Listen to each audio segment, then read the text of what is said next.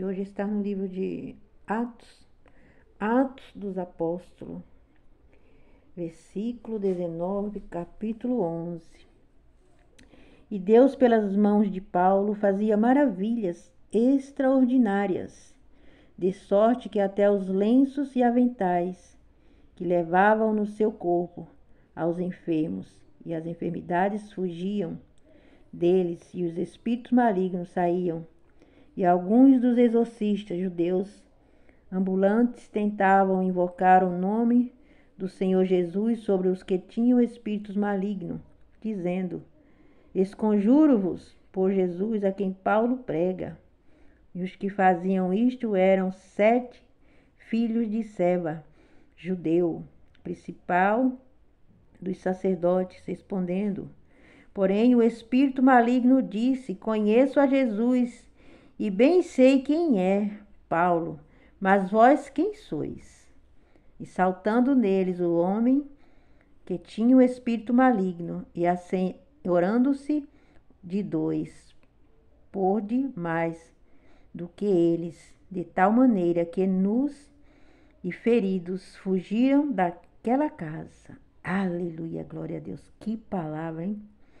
E foi isto notório a todos os que haviam e habitavam em Éfeso, tanto judeus como gregos, e caiu temor sobre todos eles, e o nome do Senhor Jesus era engrandecido, e muitos do que tinham crido tinham confessado, publicando os seus feitos. Também muitos do que seguiam artes mágicas trouxeram os seus livros e os queimaram na presença de todos.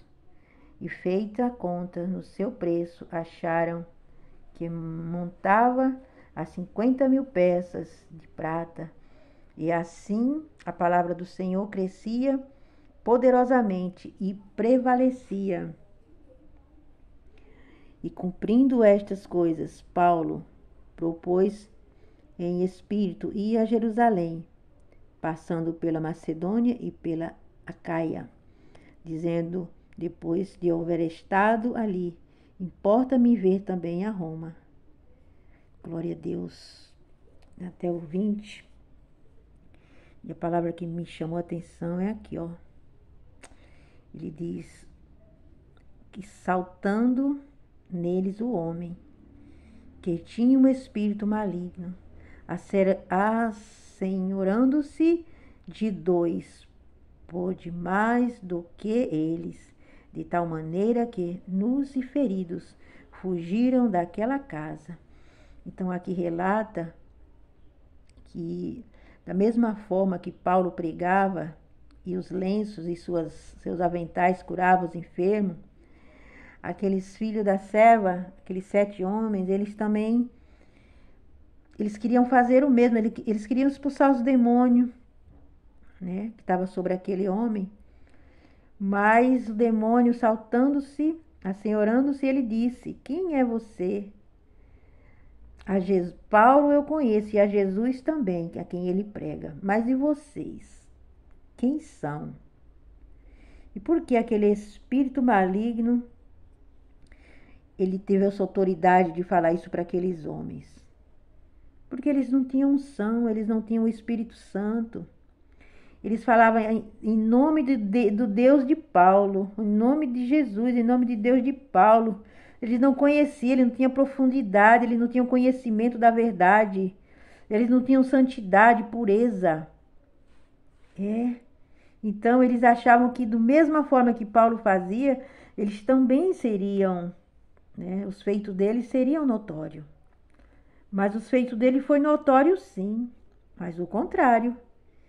Tanto que relata a Bíblia que, assenhorando-se, deu cabo neles e saíram feridos e nus. Olha só como é que a serpente envergonha o homem. E você pensa que isso aqui é só naquela época de Paulo, dos 12, dos discípulos? Não. Continua até os dias de hoje, em nossos dias, em nossa época. Porque a gente conhece que muitos lugares onde a gente vai, a gente congrega, os demônios que prevalecem. Não é assim? O homem chega lá ferido, machucado, ele chega lá faminto, ele chega lá sem solução para a sua vida, desanimado, enfermo, separado, destruído.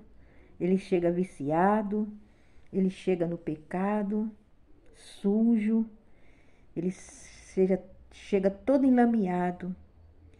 E porque muitas das vezes nós não alcançamos naquela casa de oração a resposta que tantos esperamos. É porque, irmãos, você vai para a passagem de Atos 19, 11. Os demônios envergonham. Por quê?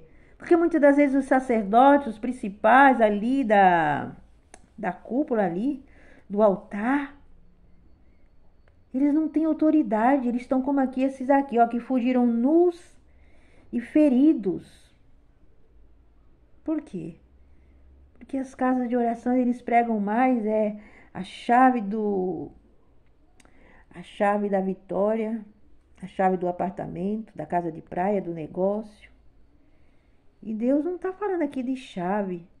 Deus está falando aqui de chave de conserto. Porque a autoridade vem através do conserto. O conserto do homem, de ter vida com Deus, santidade, zelar pelo nome de Deus. Porque ele diz, Deus fala na palavra, está na Bíblia, aquele que envergonhar meu nome, o seu também será envergonhado. Portanto, se você está envergonhando o nome de Deus, o seu também será envergonhado, se não já estiver, não é, irmão? Isso não é só para ti, não, é para mim também que estou pregando. Se eu resolver andar de qualquer jeito, andar em cima do muro, um pezinho lá e outro cá, de manhã eu vou num lugar, à noite eu vou em outro, meio-dia eu já sou de Apolo. Não podemos andar de qualquer jeito. Precisamos da chave de conserto. A chave de conserto significa o quê? Estar na presença de Deus sem mácula. Perdoar, ser perdoado. Se afastar das rodas dos escarnecedores. Não sentar na mesma mesa dos escarnecedores. Porque também diz o ditado popular: me diz com quem tu andas, que eu direi quem tu és.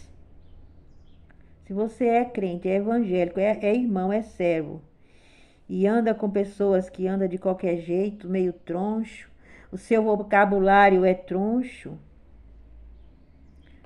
Qual é o seu vocabulário no momento? O que a sua boca pronuncia?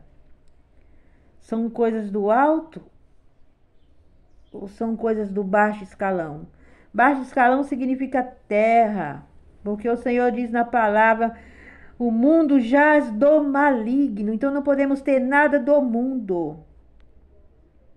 O nosso linguajado tem que ser do céu. Mas também tem muitos irmãos, eles estão 30 anos, 40 anos, eles estão em Cristo Jesus, mas a boca deles 50% é terrena e 50% é celestial. E o que acontece nesse escalão aqui, ó? 50%, 50%. Ele está cocheando em dois Deus. Porque na palavra do Senhor ele diz: não tem como ter duas fontes. Uma fonte sai água salgada e na mesma fonte água doce. Ou você é o doce ou você é salgado.